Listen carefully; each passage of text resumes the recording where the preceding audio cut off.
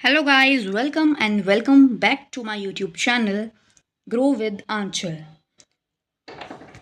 आज की वीडियो में हम बात करने वाले हैं LLB सेकेंड सेमेस्टर के पेपर के बारे में, जो कि contract second specific contract and contract of partnership, इसके बारे में होने वाला है, जो कि 2023 का प्रीवियस ईयर क्वेश्चन पेपर है। 3 घंटे टाइम होने वाला है और इसका पेपर कोड है K2004 और मैक्सिमम मार्क्स 100 होने वाले हैं। जैसा कि मैं हमेशा बोलती हूँ, क्वेश्चन पेपर अटैम्प्ट करने से पहले आपको ज़रूरी है सारे इंस्ट्रक्शंस को पढ़ना। तो एक एक करके सारे इंस्ट्रक्शंस को पढ़ते हैं, बट बिफोर दैट अगर आपने मेरे चैनल को सब्सक्राइब नहीं किया है तो please support me and subscribe my channel. और आपको वीडियो कैसी लगती है just comment it down and let us move to the section A now. These are the questions of section A. Here we are having the instruction of attempting all the questions। और जैसे कि हमने देखा कि 75 words जो है हमेशा word limit रहती है और 4 नंबर का क्वेश्चन होता है वेरी शॉर्ट वाला, ठीक है। और इम्पोर्टेंटली आपको ये सारे क्वेश्चंस ही पढ़ के जाने हैं, क्योंकि वेरी शॉर्ट कभी भी रिपीटेड ही आए ये ज़रूरी नहीं होता। आपको वेरी शॉर्ट सारे क्वेश्चंस ही पढ़ के जाने हैं। तो आइए एक एक करके सारे वेरी शॉर्ट क्वेश्चंस को एक बार गो थ्रू कर लेते हैं, ठीक है। तो फर्स्ट क्वेश्चन है CIF कॉन्ट्रैक्ट, इसके बारे में बताना है। Second question is define agent, agent को आपने डिफाइन करना है। The third question is surety is a favoured debtor, इसके बारे में बताना है आपको। In fourth question duties of baler, ये वाला क्वेश्चन पहले भी आ चुका है 2024 वाले क्वेश्चन पेपर में, so market important, okay. Fifth question is sale by sample, okay. Sample के थ्रू किस तरह से आप सेल कर सकते हैं, आपको इसके बारे में बताना है। तो बेसिकली ये जो क्वेश्चंस हैं ये बहुत ज़्यादा इंपॉर्टेंट हैं। वेरी शॉर्ट जो क्वेश्चंस हैं वो सारे आपको, चाहे वो 24 का पेपर हो, 23 का, 22 का, आपको जितने ज़्यादा मैक्सिमम पेपर मिल जाते हैं उसके अकॉर्डिंगली आपको सारे ही वेरी शॉर्ट आंसर्स को एक बार पढ़ के जाना है। आप डायरेक्टली गूगल से देख सकते हैं या फिर आपके पास अगर कोई नोट्स हैं, अपनी बुक्स हैं, आप उसमें से भी इनको फाइंड आउट कर सकते हैं, ठीक है। अब अपने सेकेंड पार्ट पे आते हैं, जो कि सेक्शन बी है हमारा, that is about short questions. और इसमें लिखा है अटैम्प्ट एनी 2 क्वेश्चंस, यानी कि सिर्फ 2 क्वेश्चन अटैम्प्ट करने हैं। इसके अंदर क्वेश्चन जो दिए गए हैं वो हैं 6, 7, 8, यानी कि 3 क्वेश्चन दिए गए हैं, उसमें से आपको 2 क्वेश्चन जो हैं अटैम्प्ट करने हैं, ठीक है। आप इंस्ट्रक्शन पढ़ना बहुत ज़्यादा ज़रूरी हो जाता है, क्योंकि अगर आप इंस्ट्रक्शंस नहीं पढ़ेंगे तो आप तीनों के तीनों क्वेश्चन को अगर अटैम्प्ट करके आ भी गए तो भी कोई फ़ायदा नहीं होगा, आपका टाइम वेस्ट होगा।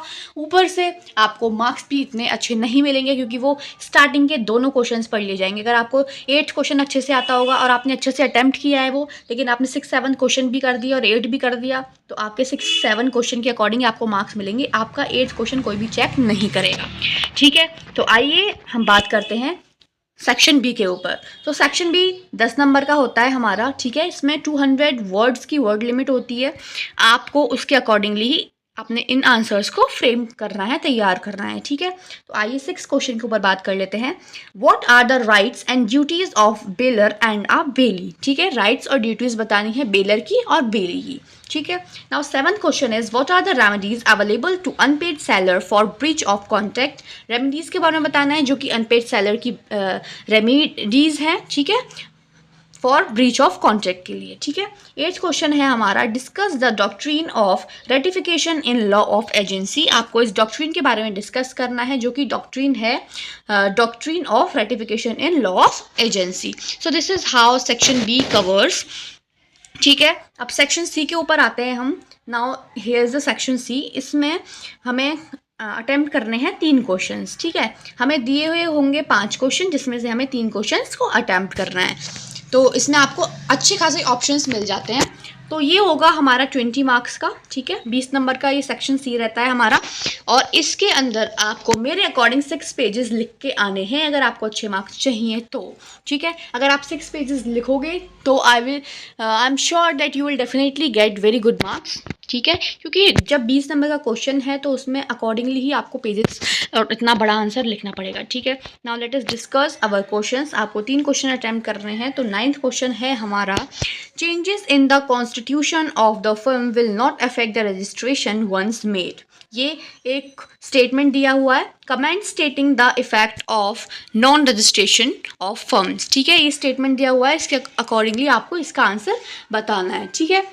क्वेश्चन नंबर 10 है हमारा, no one can transfer a better title to another than what he himself possess, ठीक है। ये भी एक तरह से एक स्टेटमेंट ही हो गया। Explain with the help of exceptions.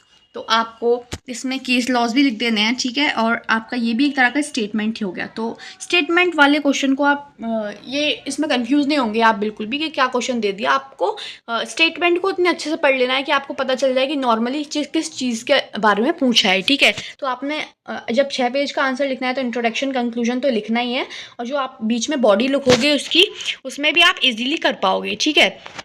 तो इसी तरह से आपको स्टेटमेंट वाले क्वेश्चंस को अटेम्प्ट करना है। Now the 11th question is define bailment and what are the various kinds of bailment discuss. ये वाला क्वेश्चन तो बहुत ज़्यादा इंपॉर्टेंट हो जाता है, तो बेलमेंट को तो अच्छे से पढ़ ही लेना, उसके काइंड्स, उसके जो और बाकी चीज़ें हैं जो इसके काइंड्स हैं, जो उसके अंदर बेली और बेलर में डिफरेंट आ जाता है, ये वाली चीज़ भी आपको पढ़ लेनी है, ठीक है। तो अगर 6 नंबर का क्वेश्चन है तो आपको बड़ा करके लिखना ही पड़ेगा, ठीक है। Now the 12th question is, 12th question है हमारा, explain the nature and scope of agency of necessity, ठीक है। आपको इसके बारे में लिखना है, इसके नेचर और इसके स्कोप के बारे में बताना है। तो आप इसे किस तरह से लिखोगे, पहले आप इंट्रोडक्शन लिखोगे, उसमें आप बताओगे एजेंसी ऑफ नेसेसिटी के बारे में। उसके बाद आपको कुछ जो मेन जो सेक्शंस हैं, जो एक दो केस हैं या फिर कोई एक बहुत इंपॉर्टेंट स्टेटमेंट होते हैं, वो आपको इसमें डाल देना है। और उसके बाद आपको नेचर स्कोप ये लिख देना है, ठीक है। पहले नेचर के बारे में डिस्कस करोगे, उसके अंदर के सारे पॉइंटर्स डालोगे, देन स्कोप के बारे में, उसके अंदर के सारे pointers, then at the end you have to write the conclusion, ठीक है। कंक्लूजन भी लिखना है आपको, ठीक है। इस तरह से आपको क्वेश्चन नंबर 12 अटेम्प्ट करना है। नाउ 13 क्वेश्चन कह रहा है आपका, doctrine of caveat emptor has lost most of its significance in the modern times. Explain with the help of decided cases, ठीक है।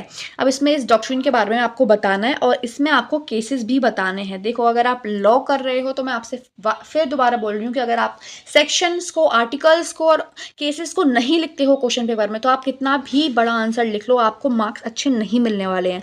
सो you must have to focus on the cases, articles, sections जो भी उसके अंदर हैं। तभी तो लगना चाहिए ना भाई किसी लॉ के बच्चे ने जो क्वेश्चन का आंसर है वो फ्रेम किया है, वो लिखा है। ऐसे तो कोई भी कुछ भी बता देगा। तो इसलिए आपको केसेस के बारे में अच्छी डीप नॉलेज होनी चाहिए, आर्टिकल सेक्शंस के बारे में अच्छी नॉलेज होनी चाहिए, तभी आप क्वेश्चन पेपर को अच्छे से अटेम्प्ट कर पाएंगे और तभी आपके बहुत अच्छे मार्क्स आ पाएंगे, ठीक है।